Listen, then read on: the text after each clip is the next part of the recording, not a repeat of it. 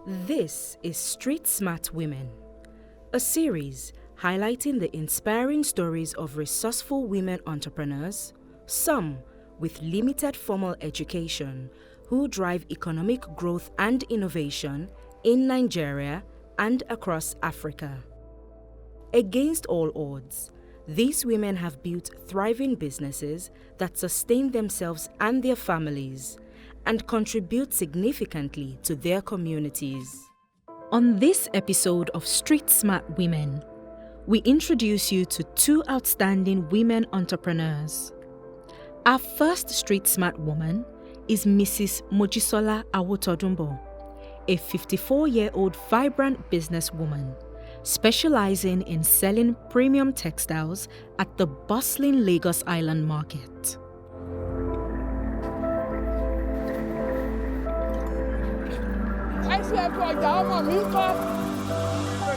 Join us at her store, where she shares her remarkable journey and insights with us.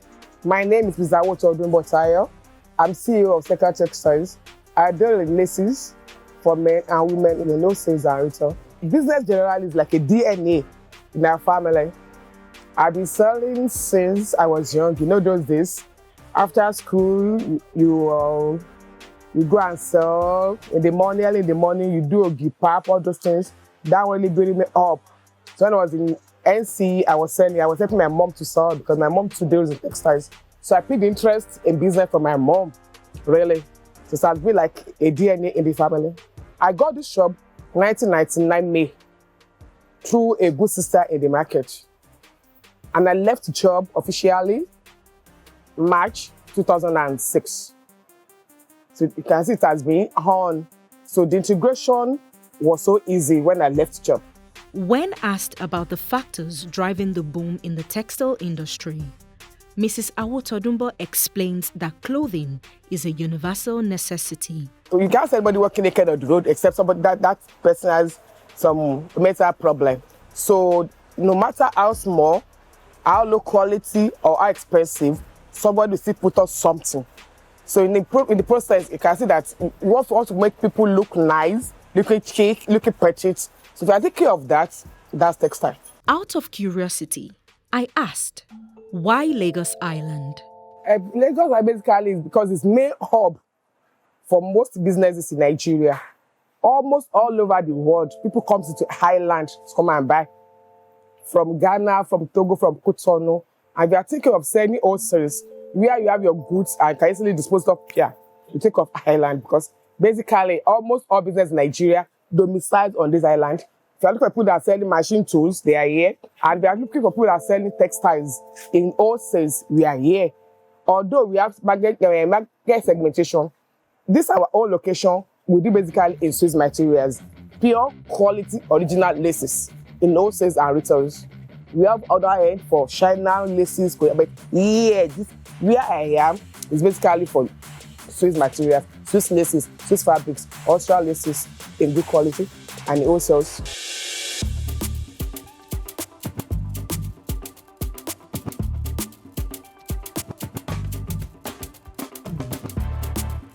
I asked her whether the textile industry is profitable and what contributes to its profitability.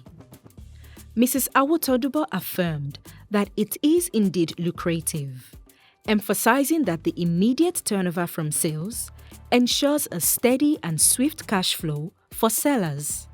There's hardly a day that will not sell. People cannot work okay, no matter how small, you still sell something. When you buy something and sell immediately, there will be a little turnover on it. The little gain you make on it can easily turn it over, so it's profitable. Building structure in any business is crucial for long-term success. Mrs. Awotodunbo discusses how she has meticulously developed a solid structure for her enterprise over the years. She highlights the transformative role of social media, praising it for simplifying business operations and enabling her to connect with both local and international customers. This connectivity has been instrumental in the growth and prosperity of her business. Well, thank God for now we are Gen age, how they call it. where we are all the online have taken over everything. So nowadays we have WhatsApp, we have Instagram, we have our phones to do business, and we have other things like work with customers from all over the world. But basically, it has been the online mode that will make it easier. And we even have our dispatch at hand. So anybody that buys, really dispatch it all over the world in Nigeria. And we have another one at the airport for international ones to run. And my people that are working with me have all the details. We have a book that keep all the phone numbers and address of people that we serve and people that are serving us, like our dispatch riders and other people that we are using too. As a seasoned fabric merchant and Swiss lace connoisseur, Mrs. Awotodunbo offers invaluable tips on discerning premium authentic Swiss laces and fabrics. She shares her expertise on what to look for, ensuring buyers can confidently identify and purchase genuine high-quality fabrics. To identify good fabrics is the texture. Basically, Swiss laces are very soft. The threading on it will be glittering, while other type of fabrics are basically nylon. They'll be stretching, and in most cases, the finishing. I don't let me mention countries that need this, but when if you see it, you know that this one is a good one.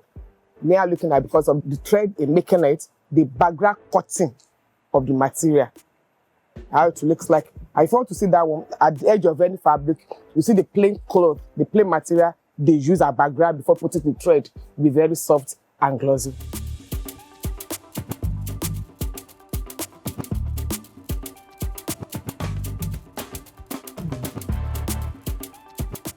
Mrs. Awotodunbo is widely regarded as a formidable influence within her immediate community.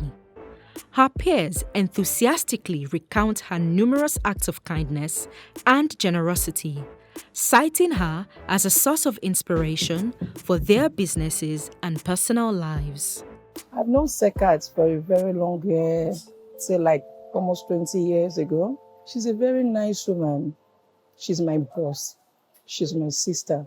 She's my mentor. And she's always guided me through the fabric aspect of it. And she's like a woman that, Alaja Sumbo, come and say this. Are you interested? Okay. Take part of your own. She share me. I pay her. She's the kind of woman that she really wants you to grow big.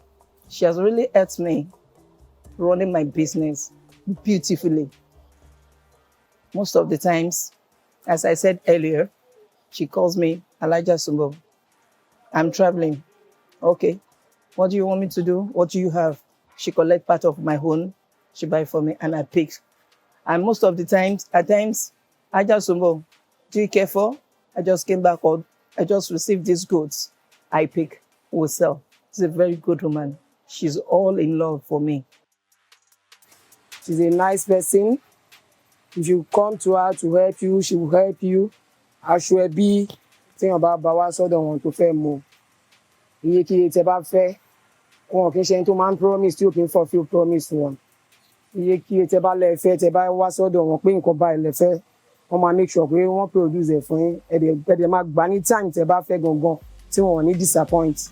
Like any business owner, Mrs. Awotodunbo faces a variety of challenges in running her enterprise.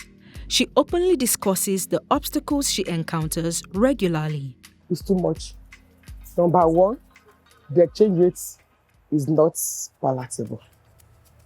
The business environment nowadays, almost everybody now wants to sell lace. People that just even leaving secondary school, they tell you what to do lace business. And because people cannot really identify good or bad materials, so when they see a lace of 10,000 on Instagram, they think when they come to you too, they should get it for 10,000 naira, which is not so. And because fluctuation of people that are coming in that doesn't have the knowledge or understand what they are doing, maybe a little bit difficult, then the exchange rate, taxes on this island, we pay loads of taxes. They bring the shop rents, extension due, tenement rates, they're supposed to be shared by the landlord because your own shop here, you are not to pay it. They say if you don't pay, they come and lock your shop. They've not locked the gate of the house, so it's your own shop that come and lock. So almost all the levies they pay is on the owner of the shop. The environment is very volatile nowadays, so it's only grace of God that's making us to survive nowadays in this business. And then the fake materials, preparation, adulteration, or what should we call it, make it more difficult. We have to explain. They tell you, I saw this place so at 10,000 naira, your own is 50,000 naira. You have to tell them the reason why it is 50,000 naira. They cannot compare. They say, they will copy the material, they design that even not because you are selling, they will not believe it. So all those things make it difficult for us to really, and because of this Instagram, online age, Instagram, some people don't want to leave the house to come to the market. Then the area boys issue too that, if I come to the market, to the Lagos market, they will harass me, they will disturb me, parking space, all those things made it a little bit difficult on the highland. But God on our side, we are surviving.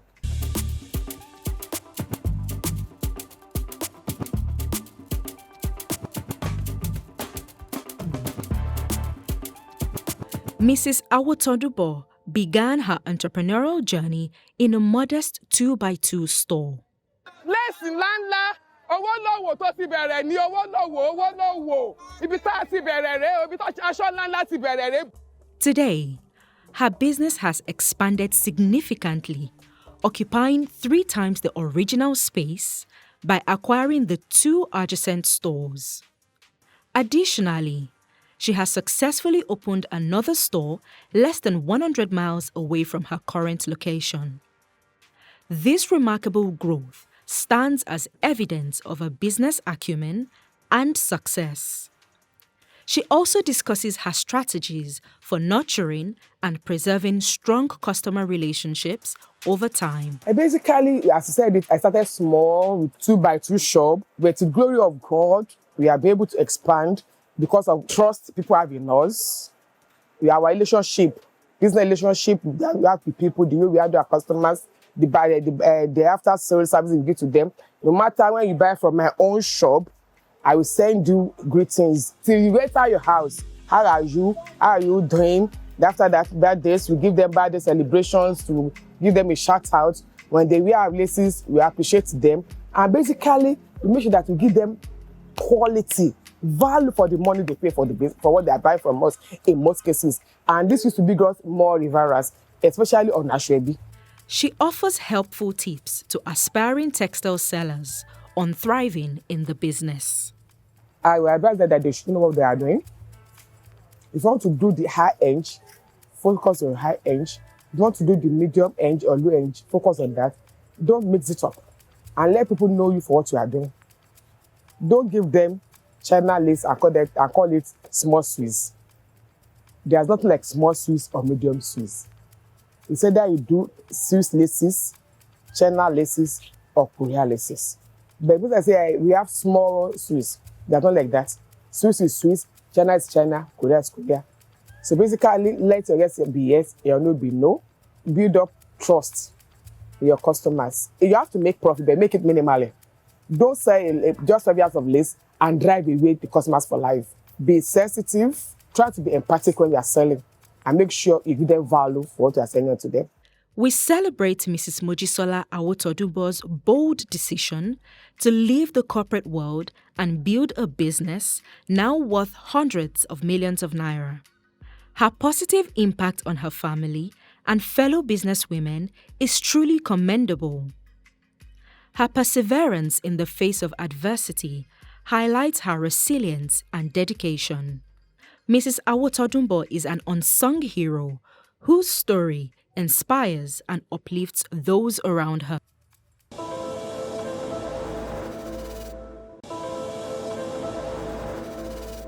Meet Mrs. Mopelola Makinde, a second street-smart woman in Lagos, Nigeria.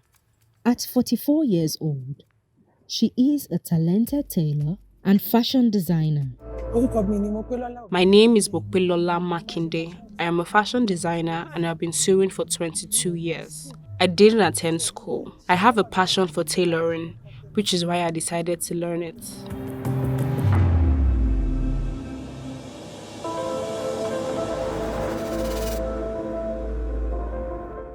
Mrs. Makinde's formal education ended at Junior Secondary 1 due to financial constraints, as her father, who had many wives, provided little to no support for his children's education.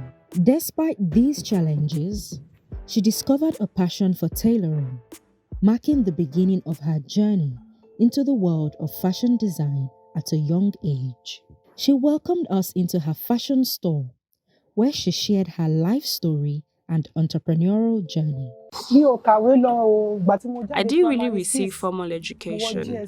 When I graduated from primary 6, I got into GSS1, but because there was no support and I came from a polygamous family, we weren't sent to school. When I got into GSS1 and there was no money to get books or things that I needed, that was when I dropped out. I later found out I had passion for tailoring and selling fabrics. I decided to learn tailoring because I thought about how long it would take to get established if I ventured into the fabric business. I spent 2 years learning.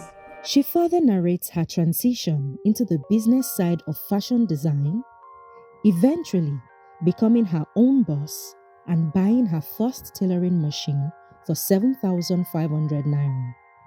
Amidst the journey, she faced unexpected challenges, including an unplanned pregnancy. Her tailoring skills became her sole means of survival, allowing her to support herself and her daughter through the chaos and uncertainties that surrounded her during that difficult period. Before I started my tailoring business, after I finished learning and got my freedom, I got pregnant and gave birth to a daughter. After I gave birth, things weren't really going well, so I was working and getting paid monthly. It got to a point where I thought that wouldn't take me anywhere. My parents didn't have money and I wanted things to get better, so I decided to earn from what I had learned. I worked and earned monthly from tailoring. Then I went to Port Harcourt to work for 1 year. After that, I came back to Lagos and rented a shop. From learning until now, it's been about 22 years. The first machine I bought was 7,500 naira and I rented the shop for 60,000 naira. With 22 years of experience as a tailor, Mopelola is firmly convinced that tailoring is a lucrative business. She emphasizes the power of referrals, believing that word-of-mouth recommendations play a crucial role in the success and growth of a tailoring business. Tailoring is a profitable job, gives you good money. When you put your mind to it and try harder, that's how you get connections, and that's what leads us to getting referrals. She expresses profound gratitude to God for her tailoring business being a divine blessing, enabling her to provide for her family's needs.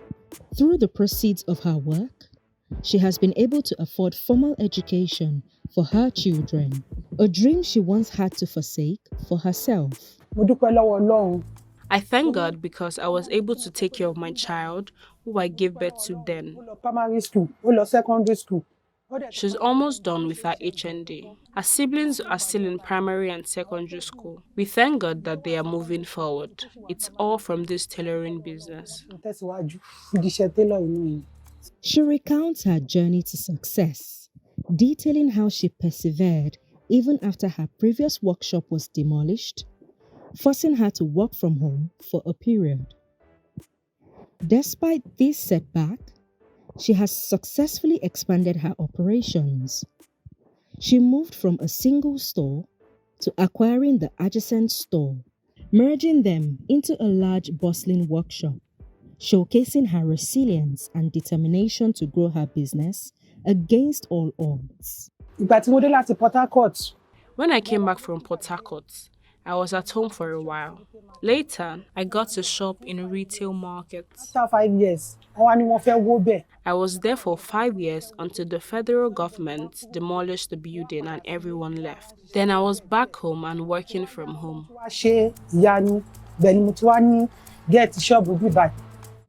God provided and I rented this shop. I started from one shop and God kept helping me until I was able to get enough to rent the next shop and merge it. As someone who mentors and trains aspiring tailors and fashion designers, she offers invaluable advice to these newcomers on how to excel during their years of learning and practice. People have been learning from me for about 13 years. Some learn for 2 years, it depends. Some for 3 years, others for 1.5 years. Tailoring comes in multiple forms. New styles emerge, but my advice is that those interested should be patient and learn for about 2.5 years while being focused.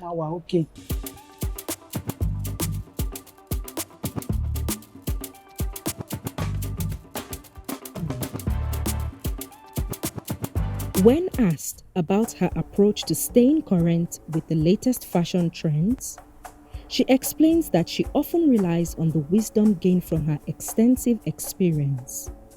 However, she also emphasizes her willingness to seek guidance from experts in the industry when necessary. As we see a new style, we use our experience and knowledge to get it done.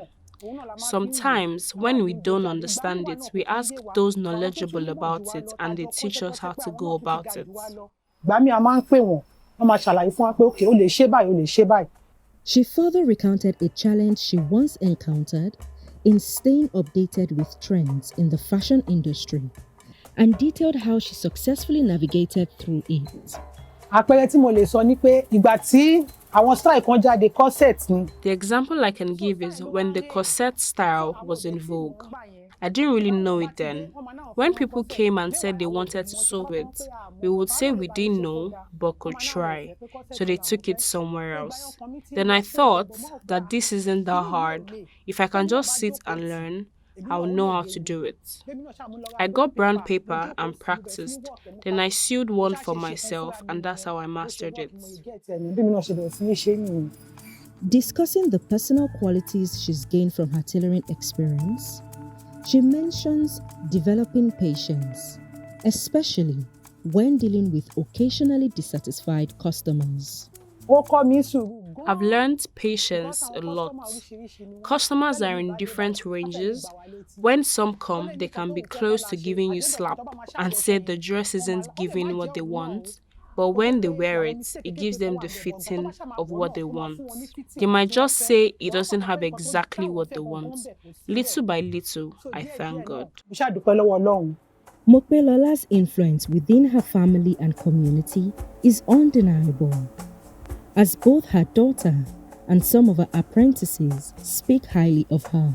They acknowledge the significant impact she has had on them, both personally and professionally. She's very diligent and hardworking. I mean, everybody will want a mother like her. She's my role model, yeah, because I'm trying to be like her, the aspect of being nice, everything about her. She's a carefree person, she's just going. She does not look for anybody's trouble, she's good. I mean, she's my hero. She sent me to school, and like whenever I have issues, I can actually run to her, and she's always there for me.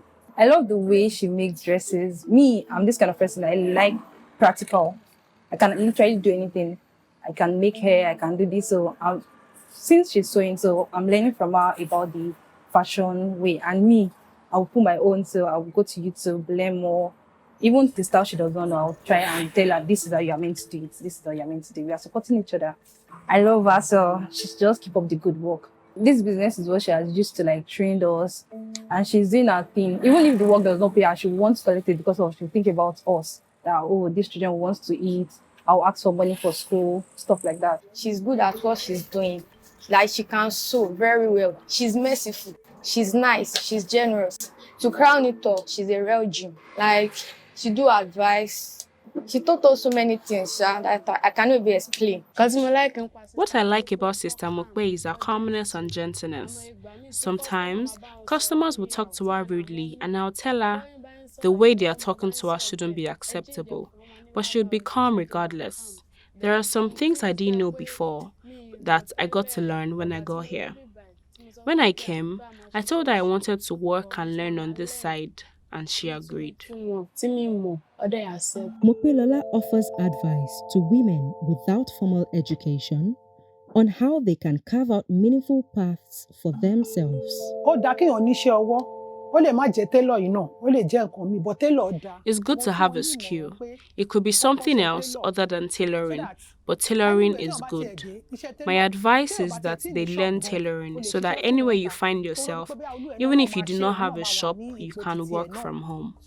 My advice is that they have a skill. It could be tailoring or something else, but tailoring is good. We celebrate Mopelola Makinde, a street-smart woman who transcended numerous challenges, including a lack of formal education, to establish herself in the fashion industry and provide for her family through her business. Her story of resilience, determination, and success makes her an unsung hero and an inspiration to many.